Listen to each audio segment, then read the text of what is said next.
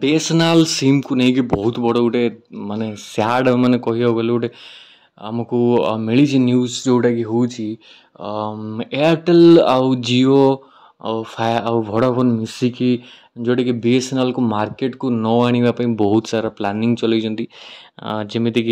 किछ दिन तले मो बाटर आसुली मत गोटे टोका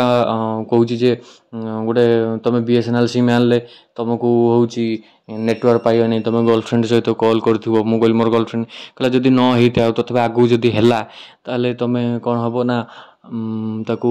जो कॉल की मेसेज कर देखला लागू एणे पागल हो एमती सब उदाहरण देकी कहते जियो सिम अच्छे एयरटेल कर दियो एयरटेल अच्छे जियो कर दियो फ्री बाल्टी दौरान फ्री कहते रिचार्ज हो तो एमती प्रकार सब चलती जोटा कि मो मतरे यहाँ बहुत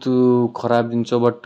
कौन करें से भी प्लानिंग चलती बीएसएनएल को डाउन करने बट रतन टाटा एटी बाहर को पलि आसछंती जोटा कि साहाଯ୍य करने क्या बीएसएनएल को आउ बीएसएनएल मु चाहूँगी कि बहुत जल्दी यार नेटवर्क मार्केटिंग जोटा कि बढ़ी जाऊ आउ से भी एमती सब स्ट्राटेजी अप्लाई करूँ ऑडियंस को मतामत नियंतु जो थे कि मो मतरे से भी जियो भली एयरटेल भली आग को बहुत सक्सेसफुल हम बीएसएनएल रो नेटवर्क मत मुझा यूज कली बहुत जगार प्रॉब्लम हो लेकिन जोटी यार टावर अच्छी से जगार बहुत भल चलची आउ भल निहाती चलो कहीं 4G या धीरे धीरे या कम चलती और धीरे धीरे 4G यार भल ही चलो मोर आशा कर बीएसएनएल जो प्रकार प्लानिंग अच्छी से प्रकार जब एयरटेल की जियो भड़ापन था आज लोक मैंने हैरान ही न था बट बीएसएनएल कौन करवा भल प्लानिंग थे कौन हम नेटवर्क प्रोब्लेम बहुत रोचे और धीरे धीरे यही 2024 भितर ये सब प्रोब्लेम सॉल्व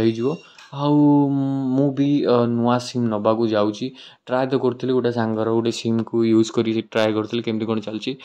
जो नेटवर्क अच्छे से भल चलती जो जगार आमर गाँ फा एरिया टे प्रॉब्लम हो बाहर गले छात भात उपरकू सेमती भल चलती ठीक ठाक चलती खराब नहीं।